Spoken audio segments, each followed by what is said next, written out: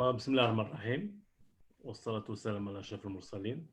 Donc, j'ai tout le plaisir d'être parmi vous aujourd'hui, justement pour parler d'un sujet très, très important. Je ne sais pas si vous me recevez ou non.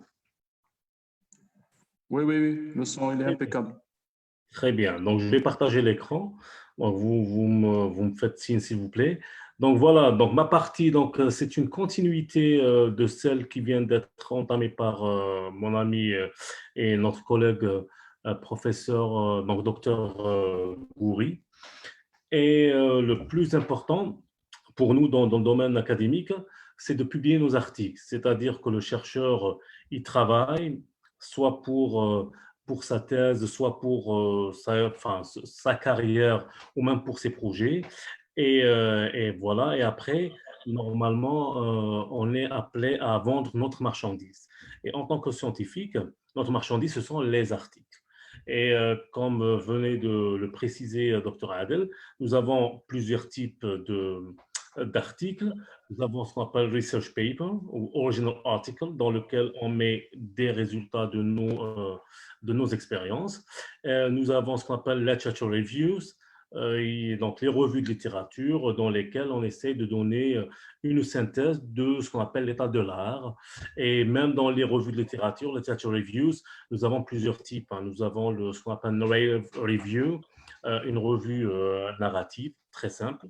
Nous avons ce qu'on appelle systematic review, des revues systématiques dans lesquelles nous avons des conditions, d'autres critères et qui demandent beaucoup plus de travail d'analyse et surtout d'évaluation des qualités des études incluses.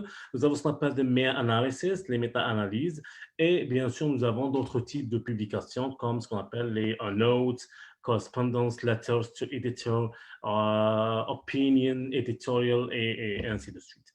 Alors, moi, je travaille comme éditeur dans plusieurs journaux. Et malheureusement, notre travail comme éditeur, c'est de faire le méchant qui rejette des articles. Moi, je le dis toujours, et même moi, quand je soumets des articles, je sais que derrière l'écran, il y a un autre méchant comme moi qui va essayer de rejeter l'article pour plusieurs raisons. Et parmi les raisons les plus importantes que nous utilisons pour rejeter des articles. Moi, je parle des revues internationales avec un impact factor important, qui sont très bien indexées, qui reçoivent beaucoup de soumissions. Et donc, il y a une compétition.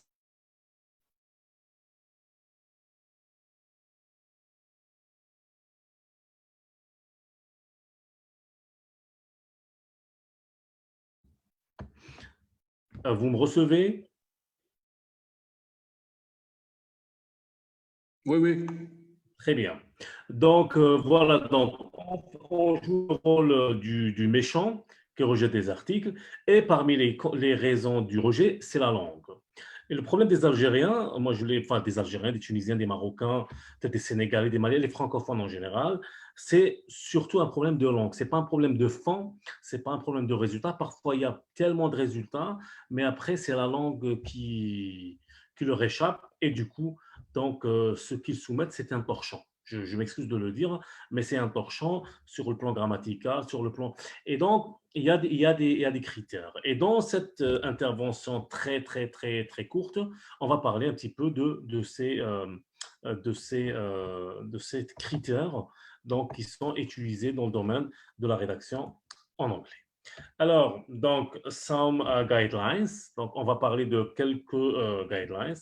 Alors, surtout, on va parler pourquoi doit-on publier en anglais? C'est important. Pourquoi?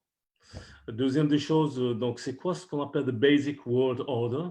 Donc c'est vraiment c'est l'atome de la langue de l'anglais scientifique. Et by the way, comme on dit, l'anglais scientifique est vraiment c'est un anglais qui est facile. Hein. En fin de compte, quand on est francophone ou même arabophone, on va découvrir que l'anglais scientifique c'est un anglais qui est vraiment facile. Pourquoi? Parce que on va voir que vraiment c'est des blogs, c'est des petits blogs donc, c'est des petites phrases. On peut répéter le sujet sans aucun problème.